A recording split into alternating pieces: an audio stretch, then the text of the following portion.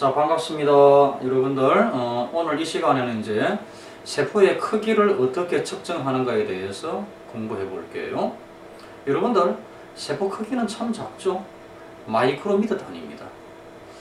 우리가 1마이크로미터라고 하는 것은 몇 미터죠? 10의 마이너스 6승 미터를 말합니다. 즉 100만 분의 1미터를 말하죠. 100만 분의 1미터. 하여튼 세포의 크기는 참 작습니다. 그냥 마이크로미터 수준이에요. 세포는 작아요. 세포는 크지가 않습니다. 세포가 큰 게 없습니다. 다 마이크로미터 수준이에요. 왜 그러면 세포는 작을까요? 아니 그냥 클라 그러면 클 수가 있을 것 같은데 왜 세포의 크기는 이렇게 마이크로미터 수준일까요? 그 이유가 있어요. 그래서 우리가 세포의 크기 측정하기 전에 왜 세포의 크기는 작은가? 거기에 대한 것부터 먼저 알아볼게요. 예. 왜 작은가? 예, 한마디로 하면 세포의 크기가 커져 버리면 세포한테 불리합니다. 세포가 생존하기가 어려워져 버려요. 왜 그럴까요? 지금은요, 세포의 크기가 커진다. 다른 말로 하면 부피가 커지는 거죠. 부피가 커져 버리면요, 그 부피를 살리기 위해서 더 많은 영양소를 들어오게끔 해줘야 되죠. 또한 부피가 커진 것만큼 노폐물도 더 많이 생길 거니까 노폐물도 더 잘 내보내줘야 돼요. 이때 물질이 들어오고 나가고 하는 것은 세포의 표면을 통해서 그렇게 하잖아요. 즉 표면적을 통해서. 그러는데 세포가 2배 커진다 그래가지고요, 표면적이 2배 안 커져요. 그러니까 세포의 부피는 2배 커지는데 이때 물질 교환이 원활하게 이루어지려 그러면 표면적도 2배 커져야 하는데 이 표면적은 2배 덜 안 커집니다.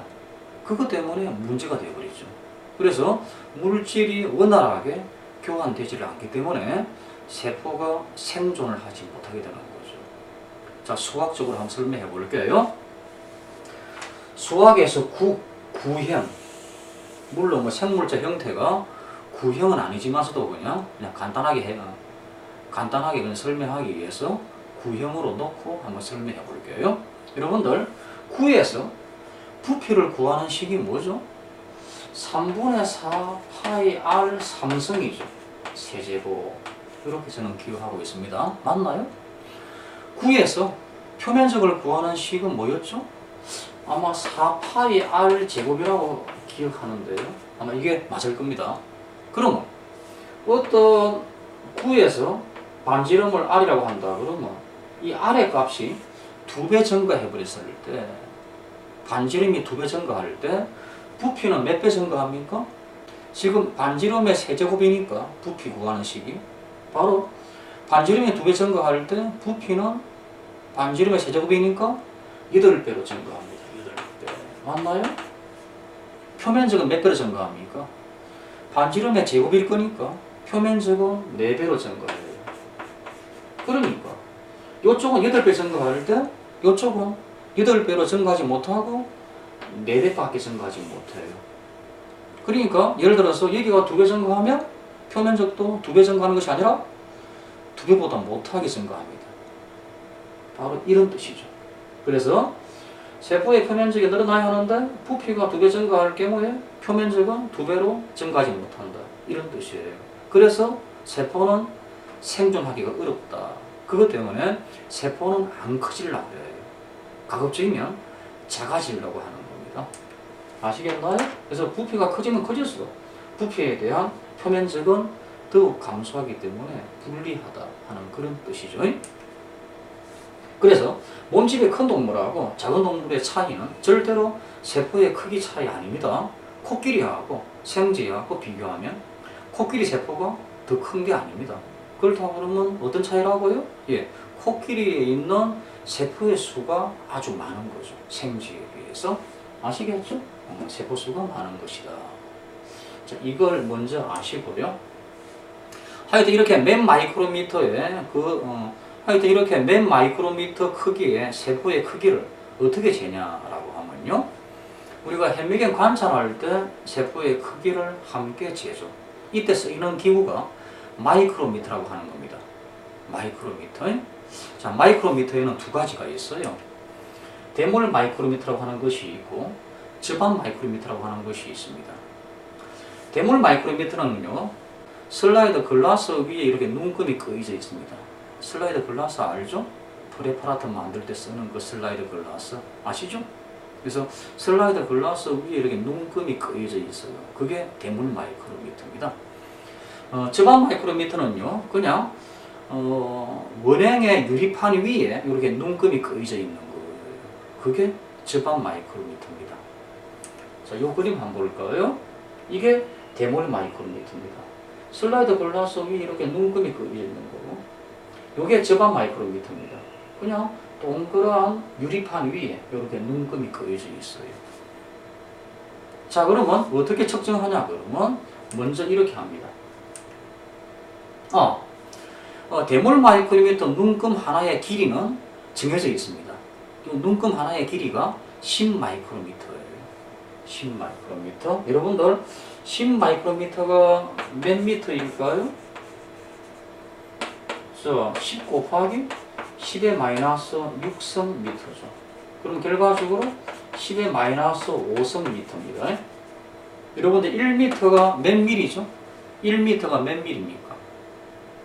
1000밀입니다. 그럼 이거를 밀로 바꿔버리면 곱하기 10의 3성을 하면 돼요. 그럼 결과적으로 10의 마이너스 5성 곱하기 10의 3성 곱하기 하는 거니까 10의 마이너스 2성 밀이죠. 그러니까 결과적으로 0.01mm 요겁니다. 그래서 대물 마이크로미터 눈금 하나의 길이는 쉽게 말해서 0.01mm예요.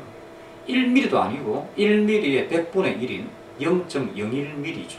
이게 바로 대물 마이크로미터 눈금 하나의 길이입니다. 아시겠습니까? 예. 근데 저반 마이크로미터 눈금은 길이가 안 정해져 있어요. 그거는 못 정합니다. 그 이유는 좀 이따가 설명할게요. 하여튼 대물 마이크로미터 눈금 하나의 길이는 10마이크로미터로 정해져 있고 저반은 안 정해져 있습니다. 자, 그래서 어떻게 하냐 그러면요. 자, 그래서 이렇게 합니다. 먼저 저반 렌즈 바로 아래쪽에다가 저반 마이크로미터를 끼우고, 이렇게 저반 렌즈 바로 아래다가 저반 마이크로미터를 끼웁니다. 그리고 제물대 위에 대물 마이크로미터를 놓는다. 아직은 프레파라트 올리지 않습니다. 여러분들 프레파라트가 뭔지 알죠? 표본. 슬라이드 글라스하고 커브 글라스를 이용해가지고 만드는 표본 있죠? 그거 다 아시죠? 프레파라트. 그래서 아직은 프레파라트를 올리지 않고 그냥 제물대 위에 먼저 대물 마이크로미터를 올려놓습니다. 그래가지고 어떤 배율에서 봅니다. 보면 지금 저반의 눈금하고 대물의 눈금이 함께 보이겠죠. 안 그래요? 예.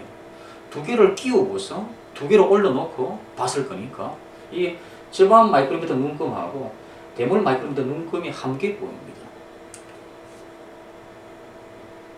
이 상태에서 현미경 배율을 맞추고 시야에서 저반 마이크로미터 눈금과 대물 마이크로미터 눈금이 일치하는 곳을 찾아 그 사이에 있는 눈금 수를 각각 센 다음에 저반 마이크로미터 눈금 한 개의 길이를 구한다. 저반 마이크로미터 눈금 하나의 길이를 구한다. 자, 이렇게 하는 겁니다. 자, 보십시오. 지금 200배에서 봤습니다. 두 개의 눈금이 다 보입니다. 요 위에 것이 바로 대물 마이크로미터 눈금이에요. 요게. 그리고 아래쪽이 좀 작은 것이 요게 이제 저반 마이크로미터 눈금입니다. A가 대물 마이크로미터 눈금, B가 저반 마이크로미터 눈금입니다. 그럼 이 두 개의 눈금이 정확하게 겹치는 부위가 어딜까요? 거기를 찾아보십시오. 정확하게 일치하는 부위가 바로 여기하고 이쪽이 정확하게 겹치네요. 이때 눈금 몇 개가 만나는지, 이때 눈금 몇 개가 만나는지 한번 씌워볼까요? 자, 대물의 눈금이 하나, 둘, 셋, 네 개. 만나고요. 4개.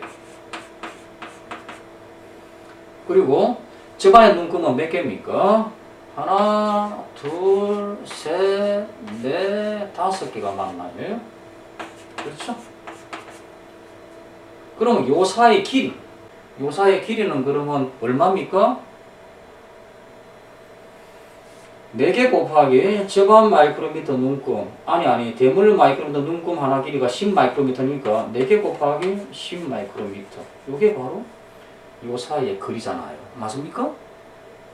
또는 집안의 눈금 하나의 길이를 y라고 한다 그러면 5개 곱하기 y라고 해도 괜찮겠죠? 그렇죠? 집안 마이크로미터 눈금 하나의 길이를 y라고 한다 그러면 이 둘은 똑같겠지. 왜? 똑같은 거리니까. 여기서 y를 구하면 돼요. 그럼 y는 얼마입니까? y는 그렇죠? 5분의 4 곱하기 10마이크로미터가 나와요. 그럼 얼마입니까? 40 나누기 5니까 8이 나오죠. 맞나요? 이렇게 해서 집안 마이크로미터 눈금 하나의 길이를 구합니다. 그런 다음에 이제 요 8 마이크로미터가 나왔습니다. 그런 다음에 이제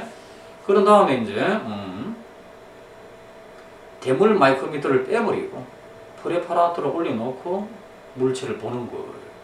그럼 이제 대물의 눈금은 보이지 않을 거고 상에 물체의 상에 집안의 눈금이 겹쳐 보이겠죠. 자, 이렇게 보이더라고 합시다. 그러면 이제 저 물체의 상이 보이고 이게 지금 뭐 어떤 세포네요. 박테리아 같은 거에 지금 보니까 이렇게 보이고 집안에 눈금이 한 개 보입니다.